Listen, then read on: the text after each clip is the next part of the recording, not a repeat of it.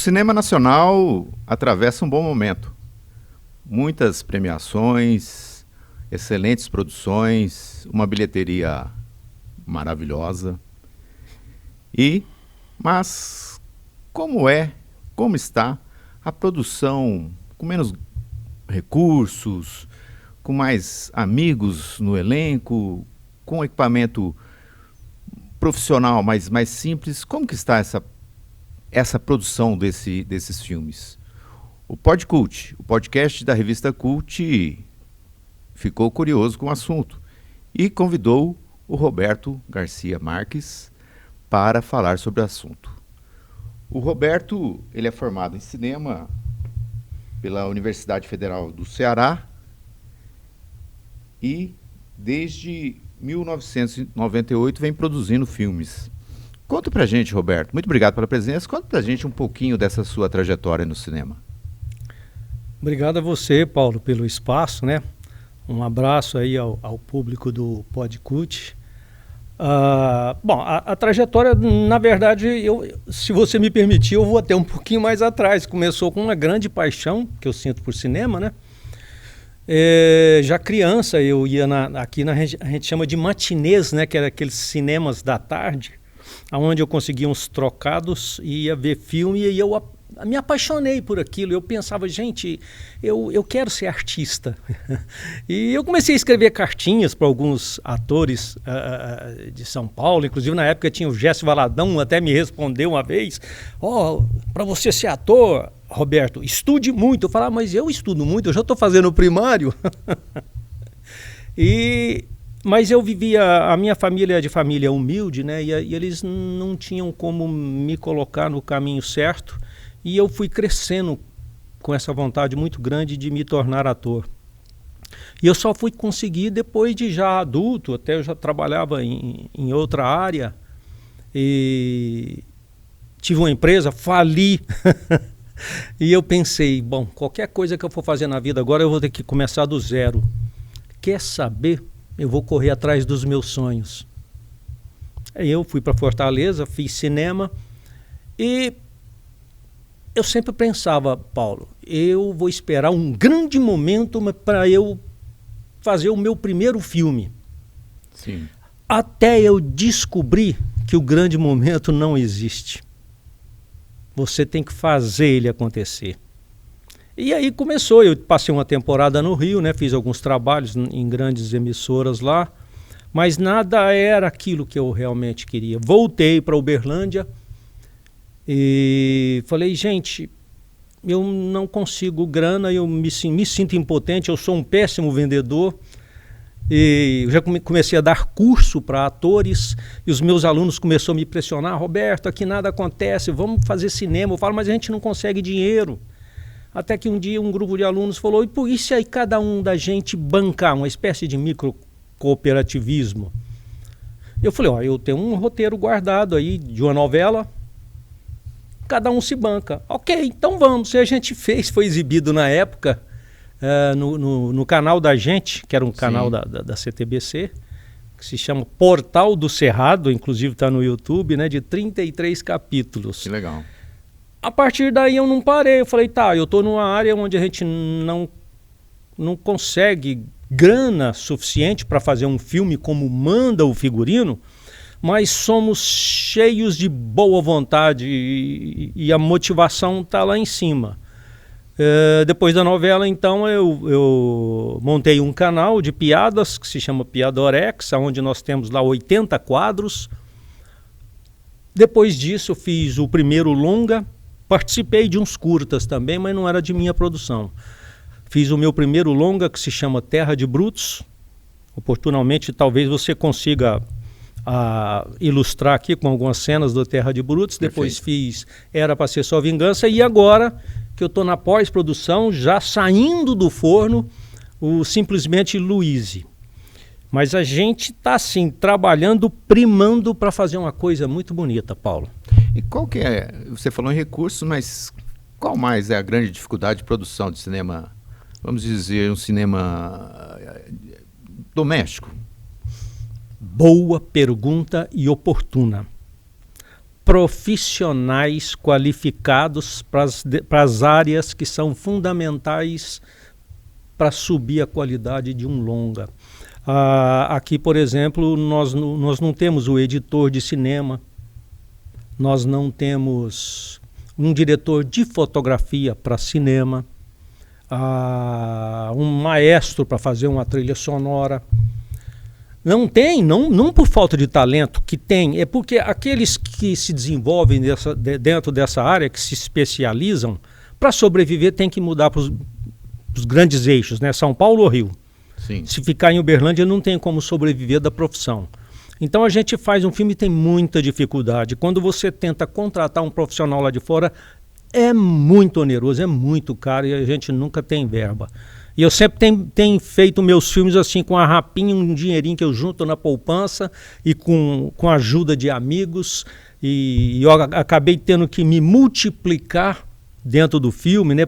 Como, por exemplo, eu tive que fazer curso de colorização de filme, eu tive que fazer curso de edição para cobrir essas lacunas, a falta desses profissionais aqui na nossa área. E, inclusive, é um projeto meu montar um curso completo de cinema que aborde todas as áreas que são usadas.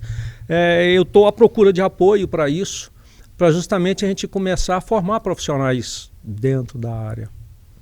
Perfeito. Você está lançando agora, você acabou de produzir o Simplesmente Luiz.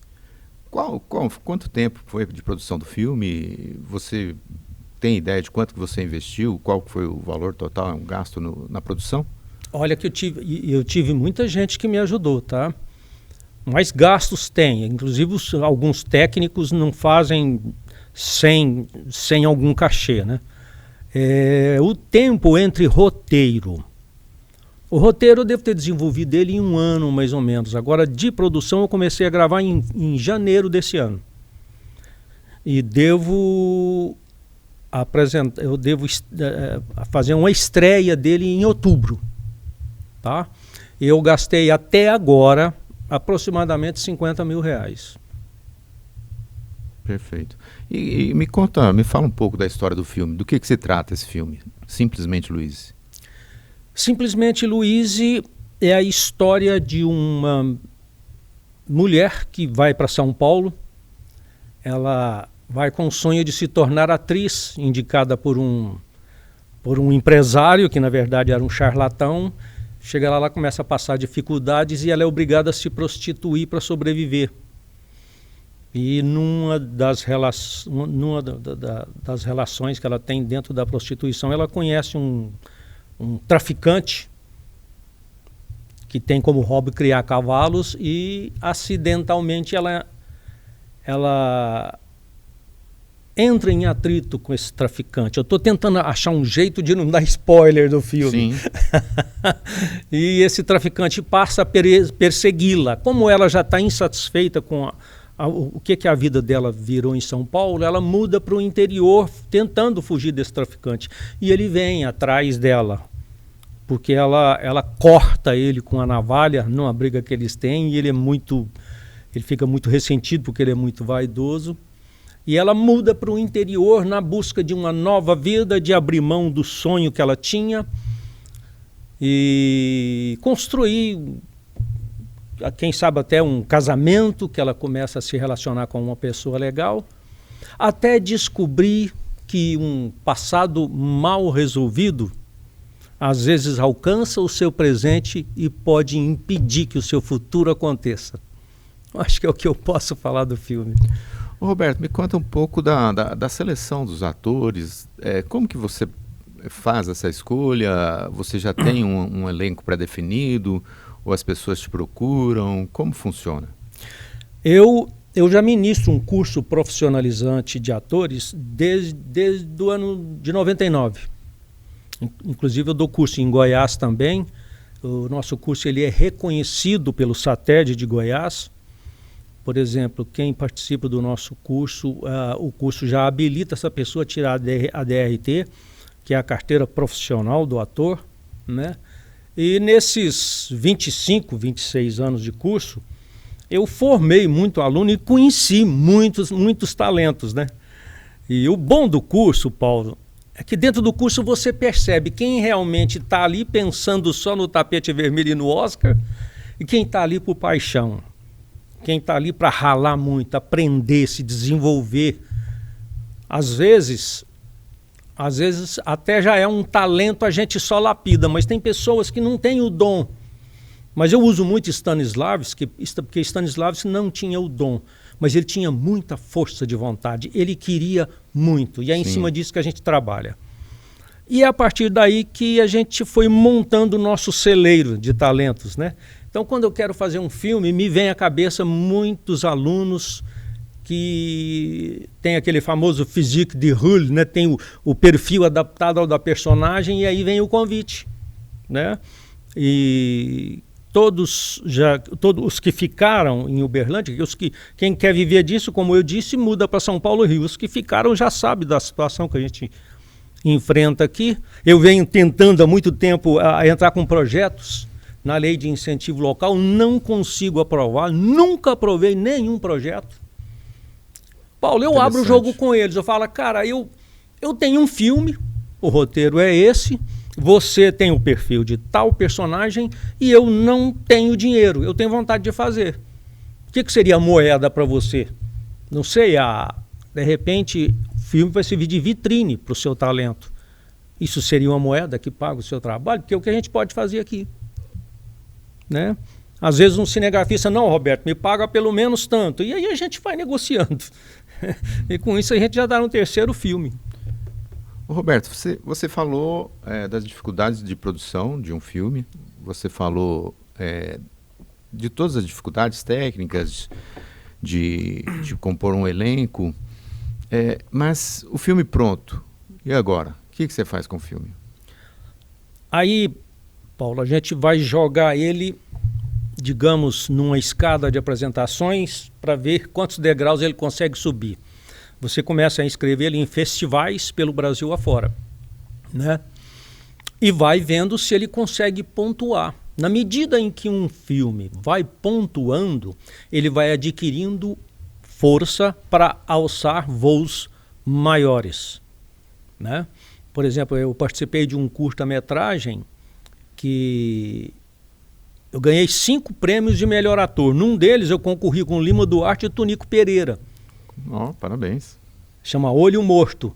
Esse curta, aí no caso eu entrei como ator, né? Que na verdade ele é da produção de um amigo nosso de Tumbiara, um talentoso diretor e ator também, que se chama Júlio Quinan. E esse filme ganhou festivais até fora do Brasil. Porque na medida em que ele foi sendo premiado, ele foi adquirindo forças para abrir portas maiores, né?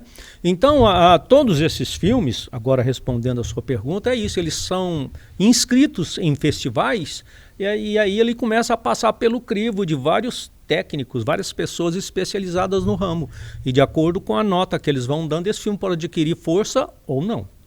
Então, se não tiver uma classificação, um bom aceite nos festivais, ele vai para a gaveta. Normalmente eu falava o que eu faço, não, o que eu vou fazer, é porque o primeiro deles ainda vai participar de um festival em Pernambuco, agora no final do ano. E o que eu pretendo fazer com todos aqueles que às vezes não vai para festivais maiores, é jogá-los na internet. De qualquer forma, vai ficar lá uma vitrine para todos que participaram do filme, né? E os festivais? Qual o festival assim que você participa, gosta de participar, que você indica para quem produz cinema no Brasil, qual você? Eu começo pelos festivais mais periféricos, pelos mais humildes, porque tem alguns festivais maiores, por exemplo, você vai participar de um festival de Gramado. Sim. Até onde eu fiz pesquisa 2 anos atrás, que eu pensei em mandar meu filme para lá, eles cobram R$10.000 para você inscrever o filme. Sim. Né? E você vai concorrer só com aquelas pessoas que têm orçamento aí de 10 milhões para fazer um filme. Quer dizer, sua chance é muito pequena, porque você, queira ou não queira, você perde muito na produção por falta de verba. Mas nem por isso estamos fazendo um filme ruim. O nosso filme é bom. Então a gente começa pelos periféricos para justamente agora, mais uma vez, fechando com chave de ouro a resposta que eu queria dar para você. Se ele começa a pontuar demais, você fala, espera aí, cara, esse filme está com um know-how de repente, ser inscrito em Gramado, por exemplo. Uhum. E por que não lá fora? Porque aí se ele vai para fora, você já tem que investir em outras coisas, tem que investir em legenda, em inglês e vai por aí afora, né? É mais ou menos nisso que a gente joga. E é uma coisa interessante porque Uberlândia é uma cidade que poderia organizar, né, um festival de cinema, não só por ter produtores de filme, mas porque atrai turismo, movimenta a economia e nós temos espaços que são atrativos para isso, não é isso, Roberto? Sim, Paulo, mas o que a gente nota é que as pessoas com poder de decisão parecem não estar interessadas nisso, né? Eu acho que a coisa tem que partir de baixo para cima, é nós, atores, produtores, diretores, nos organizarmos e começar a fazer filmes de qualidade aqui, que de repente isso pode motivar alguém lá de cima a falar, opa, tá aí um nicho que eu posso investir. Mas os artistas de Uberlândia, eu particularmente percebo que são muito desunidos. A gente luta tanto, a gente sofre tanto para fazer as obras de arte aqui, quer seja no cinema, no teatro, na TV, que a gente devia se unir para ter mais força, mas não, se dividem e cada um vê o grupo vizinho como um concorrente. Eu luto para acabar com isso. Ô Roberto, uma coisa, o Brasil é um país continental e é interessante, as coisas se dão numa dimensão muito grande, né? Então o cinema são grandes produções, o Brasil abre mão das coisas regionais com uma certa facilidade, né? Então, de repente é comum ser num país que a cidade tem a sua cerveja forte, que o bar tem a sua cerveja forte. Aqui no Brasil predomina a força das grandes marcas, né? Para tudo, inclusive para o cinema.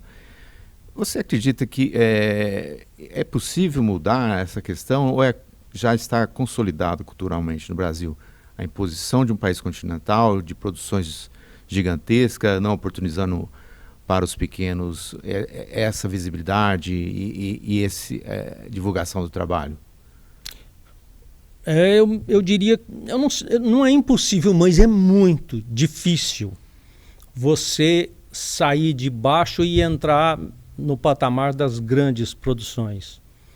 É muito difícil porque quem detém o mercado não abre porta para você entrar. Você tem que ter algo que cause um impacto muito grande nos consumidores de filme. Fala, pô, esse é o cara, quem é ele? Vem cá, e eles te chamam. Mas agora, para você chegar lá, você tem que lutar, brigar aqui embaixo, como eu te falei, com todas as dificuldades que nós enfrentamos, você tem que brigar muito para fazer algo 10 vezes melhor que um filme que você vê todo dia sendo lançado lá em cima. Porque a gente vê nas plataformas aí alguns filmes que você fala, não tem condição, o cara, sei lá, com 5 milhões, 10 milhões, fazer um filme desse, né? E a gente fica aqui embaixo brigando. Eu faço assim, né? Eu começo pelo roteiro, porque se você pega um roteiro de alguém de fora, você olha o roteiro, quando você vai calcular a produção, você fala, não dou conta de fazer um filme, vai ficar muito caro. Então, o que eu venho fazendo aqui já para um dia acertar e chegar lá em cima? Eu posso nunca chegar, mas eu vou morrer lutando. Eu começo fazendo um roteiro, Paulo. Na verdade, a gente está falando aqui de 2 cinemas, tá? Um é o cinema como manda o figurino, o outro é o cinema do qual eu participo, possível de ser produzido. Sim. E isso eu começo no roteiro. Quando eu faço um roteiro, eu já penso aonde eu vou fazer aquela cena, a locação, onde que fica, se aquela cena é possível de ser gravada segundo pede o roteiro. Então eu faço o roteiro possível de ser produzido aqui. É o que a gente pode fazer até uma hora a gente acertar alguma coisa. E nós vamos acertar. Sim, amém. Roberto, Simplesmente Luiz é sua última produção. Sim. Mas nesse vasto histórico de trabalho que você tem, qual o que você mais gostou? Qual o filme que você mais gostou? Qual foi o trabalho que você mais gostou? Que você tem orgulho de ter feito? eu vou te responder o orgulho que eu acho que vai ser mais para frente. O trabalho que eu mais gostei de fazer até hoje foi esse, Louise. E eu vou te explicar por quê, Paulo. Na medida que você vai participando de produções, como eu te disse, e você anunciou, inclusive, que estamos no 3º filme, você vai descobrindo novos talentos e vai descobrindo também personas não gratas, que carregam para baixo, que contaminam, pessoas tóxicas num set de filmagem, às vezes até na pós-produção. Então você começa a selecionar, você vai dando uma peneirada. Eu diria que eu cheguei nesse filme agora de Simplesmente Louise com uma equipe muito bacana de trabalhar. Paulo, é muito gostoso você trabalhar num set onde não tem ninguém mal-humorado, todo mundo numa boa, todo mundo trabalhando de forma profissional. Às vezes acontecem erros, sim. Porque nós estamos engatinhando em termos de cinema aqui na nossa região. Mas todo mundo lutando e dando o seu melhor. E se divertindo ao mesmo tempo. Eu, quando estou gravando, Paulo, eu não acho que eu estou trabalhando. Para mim é uma terapia, para mim eu estou de férias. Entende? E eu consegui colocar tudo isso em prática nesse filme, Simplesmente Louise. Roberto, no estilo que você trabalha, no estilo de produção de filmes igual ao seu, existem muitos no Brasil? Tem. Existem muitos, eu converso com muitos apaixonados. Tem, por exemplo, aqui na cidade vizinha de Itumbiara, que é o Júlio Quinan, que é um amigo que nós já fizemos vários trabalhos juntos. Ele também trabalha nesse esquema. E a gente fica só lutando para um dia que um trabalho nosso vingar, vazar, entrar dentro da bolha, todos os outros vão entrar. Porque tem qualidade para isso, Paulo. Nós não temos a pessoa para abraçar a nossa causa, não temos a pessoa que dê uma oportunidade para ver o nosso trabalho, para dar atenção no nosso trabalho e ver que ele merece um espaço maior. Você tem ideia se algum país isso é possível? Por exemplo, parece que a Índia tem uma produção muito boa, muito qualificada de filmes. Você acha que no mundo tem alguma referência desses filmes terem uma expressão, um alcance maior? Vamos ver se eu entendi a sua pergunta. Você fala no caso do meu filme conseguir acesso a isso. Eu acho muito mais difícil na Índia, né? Porque a Índia parece que produz mais filmes do que Hollywood. Sim, produz mais filmes. Ou seja, o mercado é muito concorrido. A chance maior é você entrar em áreas que estão carentes de produção e que assistem mais produções que vêm de fora. Países que quase não produz filmes. Hollywood, então, nem pensar, pela qualidade. E pelo próprio bloqueio, né? É muito difícil, né? Mas antes do bloqueio, tem o que eles gastam na produção de um filme, né, Paulo? Você não tem a menor chance. É muito dinheiro que entra ali para entrar na perfeição de cada área que está dentro do cinema, na fotografia, na iluminação, no áudio, na produção. Uhum. Né? E você já teve algum filme exibido em outro país? Meu, não. Como eu te disse, eu fico tentando pontuar os meus filmes para ver se algum deles mereçam ir para fora. Sim. E estou tentando isso até hoje, estou lutando. Perfeito. Roberto... Desculpa, eu tinha mencionado para você um que até passou fora do país, mas é um curta-metragem que eu participo como ator, que eu fui premiado, mas o filme não é meu, é do Júlio Quinan. Perfeito. Quer falar um pouco sobre esse filme? É um spin-off de um roteiro maior que o Júlio Quinan tem. Um dia eu falei para ele, Júlio, essa cena que o personagem descreve numa mesa de bar é maravilhosa. Por que você não... Vamos fazer um curta-metragem disso? A gente nunca tem dinheiro para fazer o longa. Sim. E fizemos, né? Ele tomou a iniciativa, claro que o filme era dele, me convidou para fazer o personagem principal. E gravamos numa madrugada de chuva no porão de um casarão de 1832, lá em Morrinhos, Goiás. Interessante. E... o filme teve uma aceitação Teve um festival que eram 13 prêmios e ele ganhou os 13 prêmios dentro desse festival. E tão bem aceito foi esse filme. Esse sim foi premiado também lá fora, inclusive nos Estados Unidos. Legal, parabéns. Uma vez eu estava conversando com um jornalista tradicional aqui de Obrigado Uberlândia. pelos parabéns. Eu pensei na água e esqueci de agradecer.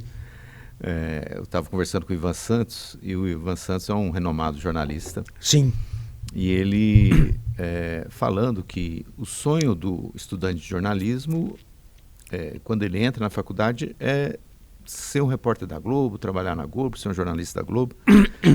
Quem faz cinema também já entra com essa, achando que já vai para as grandes produções, já vai para Hollywood, ou ele entra mais humilde? Eu lhe diria que tem esses dois tipos de pessoa, tá? É claro que a gente sempre pensa, igual eu comecei no time do Uberlândia Esporte, eu quero chegar na seleção. Mas isso é um sonho, não é uma imposição e tipo assim, se eu não chegar lá, eu me mato, né? Tem aquele cara que fala, não, eu vou entrar porque eu me vejo lá. Enquanto ele não chega lá, ele vive infeliz, ele vive frustrado. Eu sou daqueles que estou nessa profissão por paixão. Se algum dia alguma porta grande se abrir para mim, vai ser consequência, mas não é uma condição. Eu penso nisso, sempre penso em fazer o melhor até por uma iniciativa minha, por uma paixão minha. Eu quero fazer o melhor dentro do que eu posso. Que, às vezes eu poderia ter feito melhor se eu tivesse condição para isso. Financeira e às vezes até de profissionais que auxiliam, porque cinema não se faz sozinho, né? Mas se algum dia a gente chegar lá, aonde naquele lugar que a gente almeja, lá em cima, e a verdade, Paulo, que o que a gente mais quer é reconhecimento, né? Quando você fala lá em cima, eu quero ser reconhecido. Fala, o Roberto fez um trabalho legal, aplausos para ele. Então a gente pensa nisso sim, mas não é condição, repito, tá? Se eu chegar lá, vai ser uma consequência do trabalho que eu dou tudo de mim para fazer agora, mesmo sem ter condição. Roberto, nesse momento o Brasil está formando vários profissionais de cinema, né? Nós estamos com várias faculdades de cinema espalhadas aí pelo Brasil. Aquele aluno, aquele estudante que está pensando em trabalhar com cinema, em ser diretor, em produzir filmes, qual a grande dica, qual o grande conselho que você dá para esse menino, para essa menina? Faculdade, entrar numa faculdade e em paralelo participar de produções, nem que seja lavando banheiro. Tá?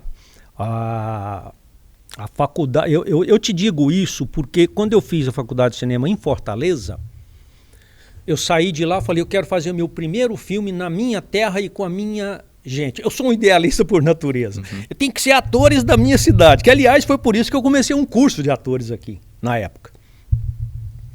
E quando eu fui produzir esse filme, que aliás eu nem mencionei ele aqui, porque ele não merece ser mencionado, tão ruim que ele ficou. Paulo, ele valeu por 10 faculdades. Porque muita coisa que eu achava as palavras bonitas, os termos técnicos utilizados durante a faculdade, eu fui entender direito o que era cada um daquele e como ele deveria ser usado, até porque não é uma ciência exata, né? E eu fui entender aquilo na produção desse filme que eu me propus a fazer com gente da nossa terra. Então é estudar, é procurar uma faculdade nessa área.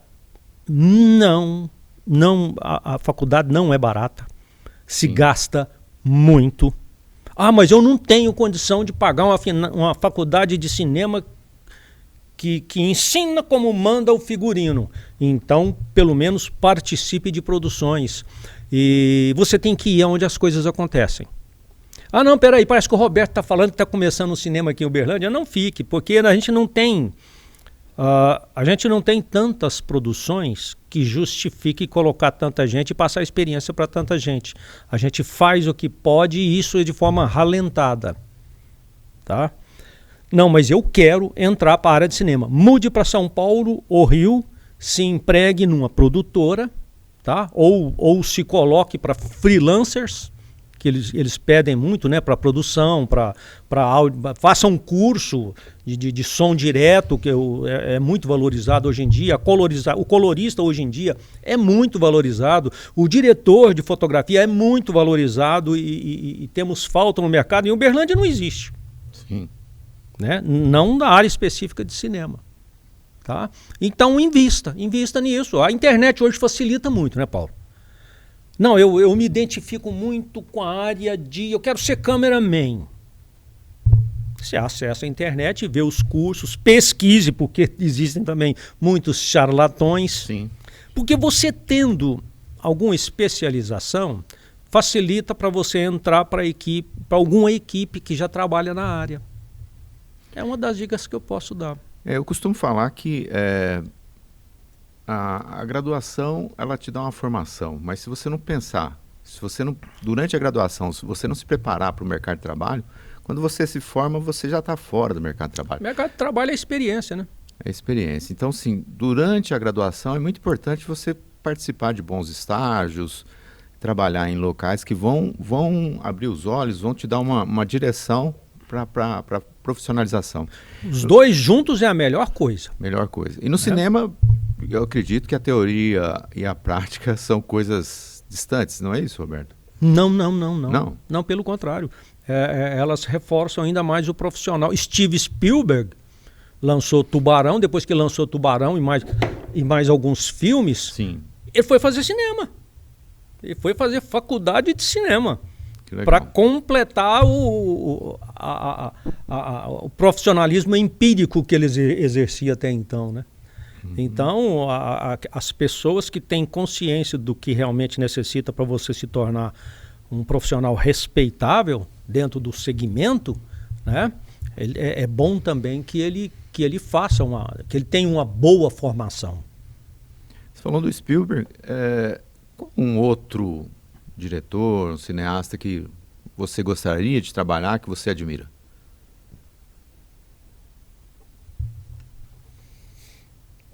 Eu diria Hitchcock, que não é mais possível, até porque Sim. ele já saiu dessa para uma melhor, né? Sim. Hitchcock foi um gênio do cinema. Hitchcock fazia de cenas que nós diríamos cenas não interessantes, que hoje em dia parece que tudo é ação, tudo é violência. Barulho. Ele fazia daquela cena. Ele tem uma frase que eu coloco ela em prática sempre que eu posso, né? Que falava assim: o melhor filme de suspense, a melhor cena de suspense é aquela em que você protela a revelação do que causa o suspense no último momento. Num tempo mais longo possível para você revelar o que realmente está acontecendo. O suspense você não mostrar já de cara e satisfazer o que é que vai rolar ou não. Estenda ele, que você vai ter um público preso com você o máximo de tempo possível. E o filme, aquele filme que você, Roberto, gostaria de ter feito esse filme aqui. Qual foi o filme? Boa pergunta. Os Imperdoáveis, um Bang Bang com Clint Eastwood. Não por ser Bang Bang, que eu gosto de Bang Bang, mas é um dos melhores filmes que eu já vi. É um Bang Bang que é um Bang Bang que mostra mais a realidade de como era nos Estados Unidos. É uma história muito boa, é uma história muito envolvente, é um drama, não é um filme de ação. Eu gosto muito de drama, né? O filme de ação, parece que para o filme de ação agradar e prender um telespectador, ele tem que mentir muito, mudar a aceleração. O cara, se ele vai pular dessa mesa no chão, ele tem que dar uma pirueta no ar para cair de pé. Por que não pula direto, né? Então, parece que foge muito da realidade. Eu gosto, Paulo, do filme mais realista, que mostra mais a vida como ela é. É claro que você tem que colocar algumas doses de suspense, de dramaticidade para ficar interessante, para provocar emoção no telespectador. Mas é disso que eu gosto. Roberto, você falou do Hitchcock, que é um cinema um pouco mais... é um clássico, mais antigo. E hoje nós estamos com a inteligência artificial, né? E é muito nítido quando uma produção é feita utilizando o recurso da inteligência artificial, dessas novas tecnologias. Mudou para você, facilitou para você a inteligência artificial ou ainda você é tradicional, utiliza os métodos tradicionais para produção de filme? Não, eu não uso ainda, né? Mas eu já penso a respeito, apesar de que inteligência artificial é uma coisa que você não sabe ainda no que vai dar, né? Sim. Aonde vai parar isso. Mas hoje, apesar de não utilizar, eu utilizo sim. Por exemplo, se eu tenho um áudio captado numa produção onde uma cena que ficou muito boa, naquele momento passa um chiado, alguém liga um refrigerador perto e aquilo polui como fundo e aquela cena ficou boa, hoje em dia você tem um recurso Sim. na inteligência artificial de tirar aquele chiado sem alterar a voz. Então, hoje, o que eu estou usando aqui agora, eu não sei amanhã, hoje eu vejo a inteligência artificial como uma ferramenta para facilitar o trabalho de nós, produtores, cineastas, produtores de cinema. É uma ferramenta e não o fim.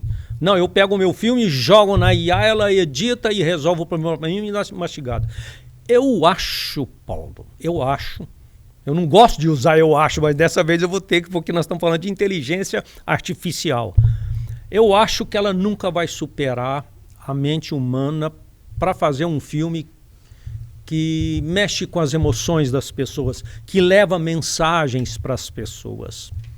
De alguma forma, ela sempre vai ficar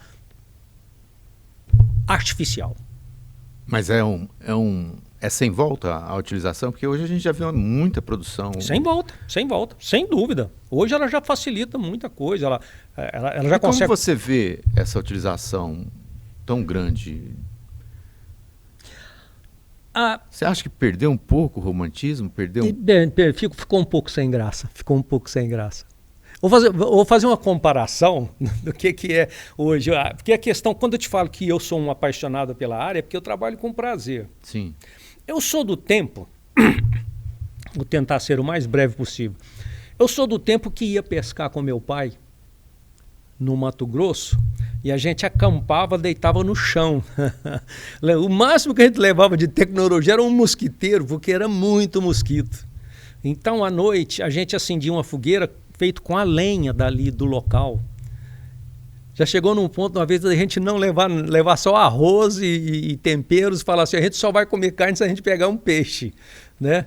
O que eu quero dizer para você é que a emoção que isso me causava, tá? E que bate dentro do meu coração Sim. até hoje com muito saudosismo, as pescadas de hoje, com um barco a motor, hotel fazenda, com ar-condicionado, você está pescando, o garçom vem, repelente, você está pescando, o garçom vem e traz uma latinha de cerveja. Naquela época a gente teve vez da gente ir pescar, Paulo, a gente pegava a garrafa de cerveja e enterrava na areia dentro d'água para ela esfriar. Eu vejo a inteligência artificial como uma ferramenta hoje, na produção de filmes, como algo assim, está perdendo a graça. Antes você suava, você falava, nossa, consegui, essa cena ficou demais. Eu já fiz cenas onde eu tive que aprender a editar, porque eu, por natureza, eu sou ator e diretor. Sim. Editor, eu estou. Colorista, eu estou, né? Mas eu já teve vez, antes da inteligência artificial, de eu conseguir montar uma cena e eu coloquei a trilha e assisti a trilha e eu chorei. Eu chorei, Paulo, quando eu vi. Falei, eu consegui fazer essa cena. Tem uma cena no Terra de Brutos, que é um banco que nós fizemos, que é um menino que está na porteira e o personagem vai embora e ele pede para ir com o personagem fala que não vai levar ele e vai embora para sempre. Sim. E a câmera vai se afastando, e quando eu consegui a trilha ideal, que eu montei aquilo, eu chorei de soluçar.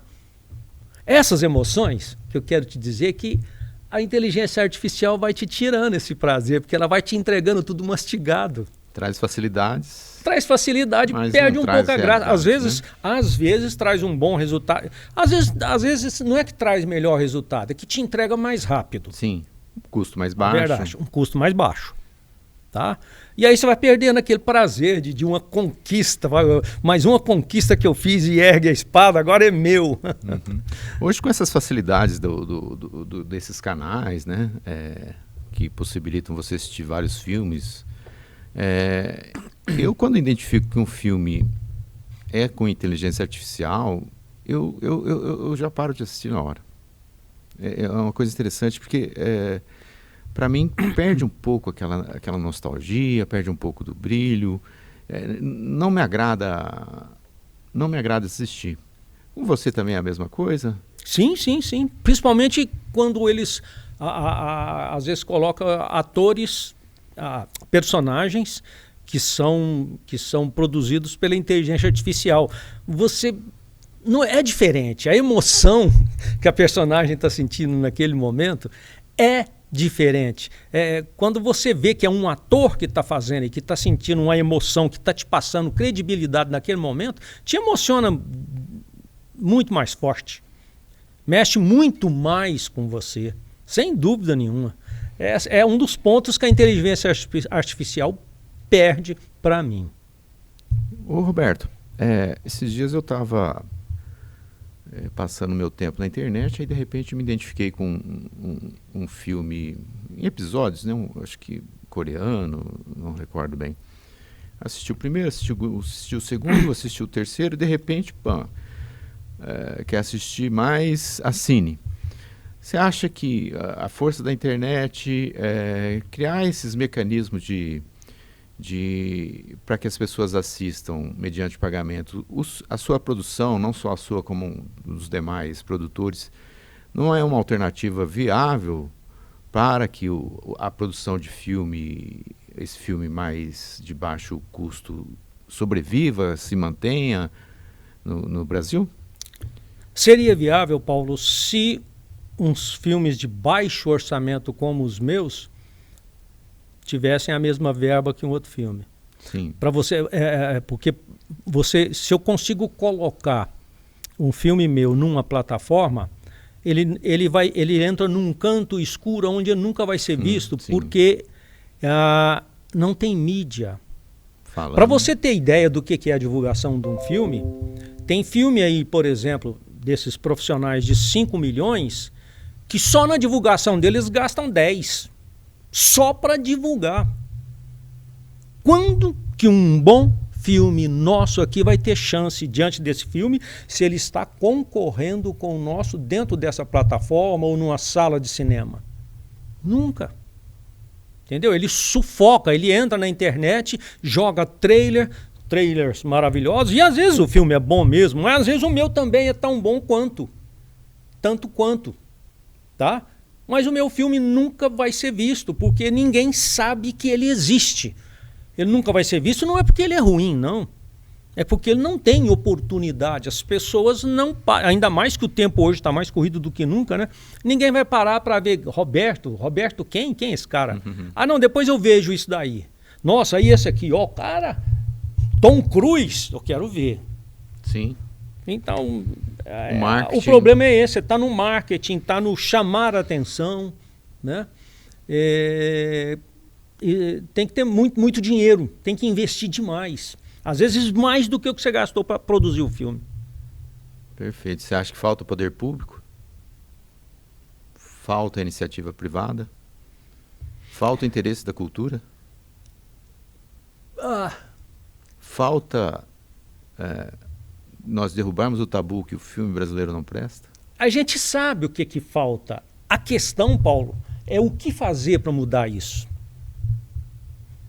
A gente sabe o que falta. Faltam leis de incentivo que protejam quem é pequeno, que permita que o pequeno que tem talento e que quer trabalhar bem, que quer fazer um filme legal, seja visto, seja prestigiado. As leis de incentivo geralmente são criadas com boa intenção, mas ao longo do caminho, quem tem poder começa a distorcer. Entendeu? Tem pessoas, artistas famosos aí, que pega 10 milhões para fazer um filme porque ele é o artista famoso. Ora, se ele já é famoso, ele não teria dificuldade para pegar um empresário e patrocinar o filme dele. Perfeito. Deixa isso para nós que não temos um empresário interessado em divulgar o nosso trabalho. Permita que a gente apresente um trabalho legal como manda o figurino, com uma verba satisfatória, valorizando os talentos. Nesse filme, Simplesmente Louise, tem tanto talento. A atriz principal, que é a Elaine Crisan, é uma excelente atriz, uma excelente profissional. E ela, como ela não quer sair de Uberlândia, que tem esse problema também, né? Ela não consegue uma oportunidade, ela não é valorizada aqui. Ora, se a gente conseguisse fazer um filme legal e pagar todo mundo do jeito que eles merecem, todos que participaram do filme, seria muito bom, seria muito bom. A distribuição de renda aqui dentro, a gente desenvolveria... Negócio, né? Gera negócio. Negócio gera negócio. É isso. Ô, Roberto, você acha que essas premiações que o cinema brasileiro está recebendo, de certa forma ajudam a produção de todo tipo de filme, como o Simplesmente Louise, ou não muda? Não, Simplesmente Louise não ajuda porque nós estamos no submundo do cinema. Não chega na gente. Ajuda o cinema brasileiro, sim. Os profissionais da área. Recentemente eu fui entrar numa lei de incentivo em BH para um longa, que eu tenho um outro longa aí, que tá com é uma bala que está na agulha, né? Aí eu conversando, eu tenho um grande amigo, diretor também, que se chama Chico Lima, mudou para BH. Eu conversando com ele, eu vou entrar na lei de incentivo para longas em BH. Uhum. Ele falou, não faça isso, Roberto. Eu falei, por quê? Ele falou, você vai perder seu tempo. Todas as grandes produtoras das capitais entram no festival lá. Mas o festival protege quem é de Minas. E ele me disse, eles usam laranja. Sim. A produtora de São Paulo, a outra do Rio, entra através de um laranja de BH, algum produtor que tem uma agência local. Eles entram e entram com recurso e com um portfólio de arrebentar meio mundo. Você vai perder seu tempo. Quando eu falo para não entrar, você pode entrar, é um direito seu, só que você não vai ser selecionado. Você tem mais chance em curtas. Mas aí entra a minha paixão, né? Não, eu quero fazer longa, eu quero fazer longa. Eu sou apaixonado e teimoso. Simplesmente Louise. Em breve terá uma apresentação privada, né? Não é isso? Sim. Não privada, eu vou abrir ao público, dependendo do tamanho, porque como eu te disse, a gente está lutando para ter um espaço satisfatório para apresentar o filme numa van premiere, primeiro para toda a equipe, parentes, familiares, amigos, imprensa e curiosos, né? Agora, até onde a divulgação desse filme vai chegar, Paulo? É que eu te falo, a gente não tem condição para estar divulgando, né? Começa aí o problema. Mas é aberto, entendeu? A gente vai abrir dependendo do custo, porque esse local que eu te falei, que a gente pode conseguir num bairro distante aqui de Uberlândia, lá é custo zero. Se é custo zero, eu vou dar convites. Perfeito. Né? Então, eu pretendo fazer uma sessão aberta. Agora, esse aberto, eu não tenho muita esperança nele, porque eu não dou conta de trabalhar a divulgação como manda o figurino. Perfeito. Do jeito que ela merece ser tratada. Então, o Podcult vai ficar devendo onde você vai poder assistir o Simplesmente Louise. Esse foi o Podcult, o podcast da revista Cult, que conversou com Roberto Garcia Marques. Um nome pesado, hein? Eu tento honrá-lo. Que coisa boa. Obrigado pela sua presença, adoramos esse bate-papo. Eu adoro cinema, adoro filme e não imaginava a complexidade e a dificuldade que é produzir um filme. Obrigado a você, Paulo, pelo espaço. Obrigado por terem nos assistido e dado a atenção para a gente até agora. Um abraço a todos.